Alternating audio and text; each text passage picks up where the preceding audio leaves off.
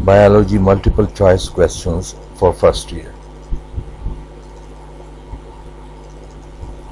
Chapter number 4, Bioenergetics, Part 5b.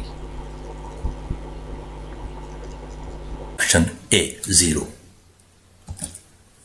Number 17, ATP equivalent, that is FADH2, produced during oxidation of succinate to fumarate for one glucose molecule is, तो एक glucose molecule बनाता है दो pyruvates और हर pyruvate एक single pyruvate के लिए एक FADH2 बनेगा, तो दो पायरुवेट्स के लिए फिर दो FADH2 मॉलिक्यूल्स बनेंगे। तो इसका मतलब ये है कि एक ग्लूकोज मॉलिक्यूल के लिए फिर दो FADH2 मॉलिक्यूल्स बनेंगे। तो करेक्ट ऑप्शन है ऑप्शन बी।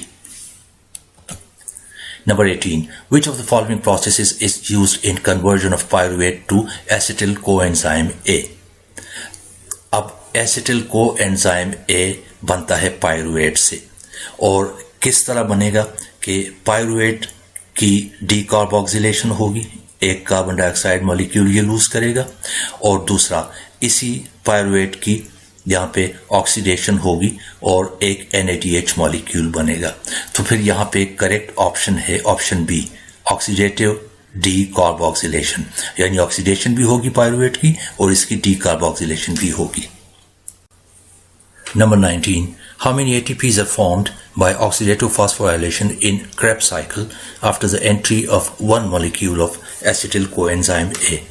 तो एसिटिल कोएंजाइम ए जब एंटर होता है क्रेब्स साइकिल में, तो यहाँ पे आप देख सकते हैं कि 4 जगहों पे रिड्यूस्ड कंपाउंड्स बनते हैं।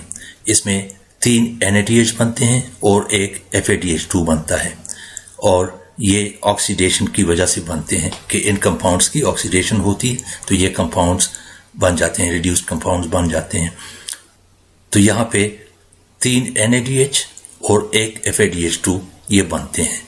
हर NADH 3 ATPs बनाता है, तो इसका मतलब यह है कि 3 NADH से 9 ATPs आएंगे, और हर FADH2 वो बनाता है 2 ATPs, तो 9 + 2।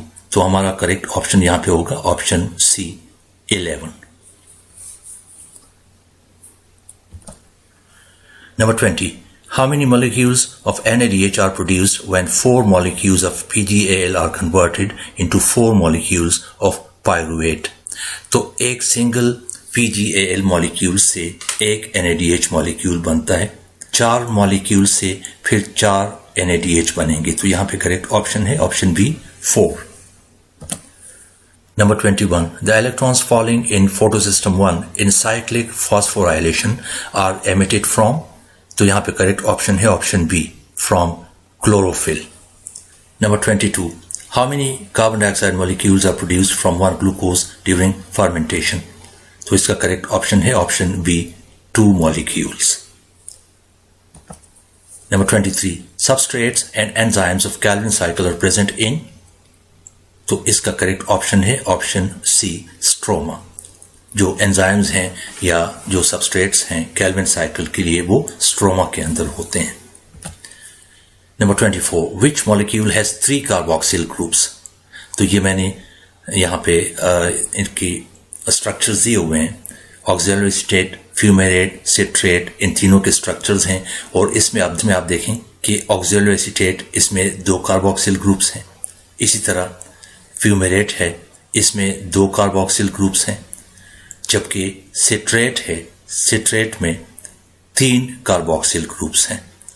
तो हमारा करेक्ट ऑप्शन है option C citrate. Number 25. The number of ATPs yielded by 4 oleic acid molecules is equal to ATP yield of? तो नीचे ऑप्शंस दिए हुए हैं, ये शुगर्स, डाइसैकराइड शुगर्स, माल्टोज, और ये मोनोसैकराइड ग्लूकोज। तो यहाँ जो ऑप्शंस हैं, तो यहाँ जो ऑप्शंस दिए हुए हैं, option A 6 maltose molecules, option B 9 maltoses, option C 12 glucoses, option D 8 माल्टोजेस।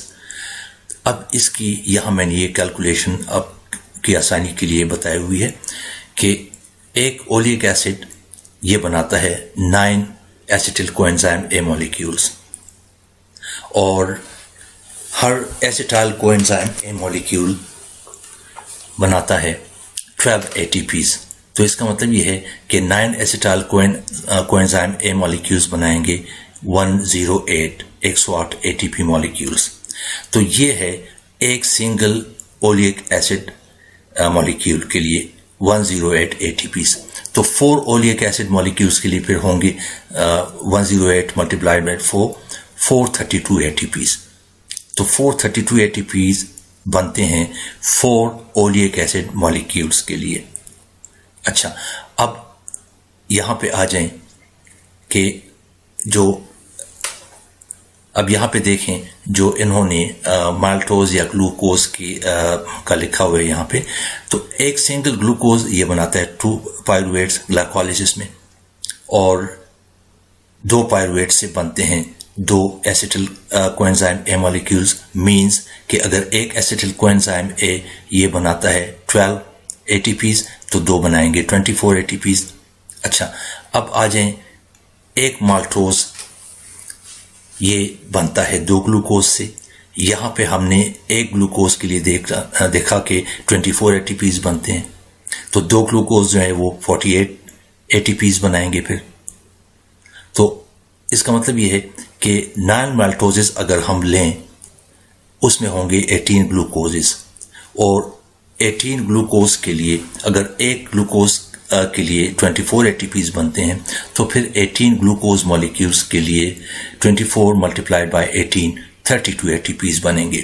तो ये वही नंबर है जो कि हमारे पास यहाँ पे 4 ओलिक एसिड मॉलिक्यूल्स से आता है। तो यहाँ पे करेक्ट ऑप्शन होगा ऑप्शन बी कि 4 ओलिक एसिड मॉलिक्यूल्स से जो ATP यील्ड होता है वो 9 माल्टोज मॉलिक्यूल्स के ATP यील्ड के बराबर है। Number 26. The number of ATP and NADPH molecules used in Calvin cycle to produce one glucose molecule is एक G3P मॉलिक्यूल 3 कार्बन या ट्रायोज शुगर के लिए चाहिए होते हैं 6 + 3 9 ATP मॉलिक्यूल्स और 6 NADPH मॉलिक्यूल्स। तो 9 ATP और 6 NADPH ये चाहिए होते हैं एक G3P मॉलिक्यूल बनाने के लिए। तो चूंकि ग्लूकोज हेक्सोज शुगर है उसमें 6 कार्बन्स होते हैं, तो इसका मतलब यह है कि 2 G3P मॉलिक्यूल्स चाहिए होंगे ग्लूकोज फॉर्मेशन के लिए। तो अगर एक G3P मॉलिक्यूल के लिए 9 ATPs और 6 NADPH चाहिए होते हैं, तो इसका मतलब यह है कि फिर एक ग्लूकोज मॉलिक्यूल के लिए 9 मल्टीप्लाइड बाय 2 और 6 मल्टीप्लाइड बाय 2, तो 18 और 12, 18 ATPs और 12 NADPH मॉलिक्यूल्स चाहिए होंगे। तो करेक्ट ऑप्शन है ऑप्शन डी। तो ये थे इस वीडियो के MCQs।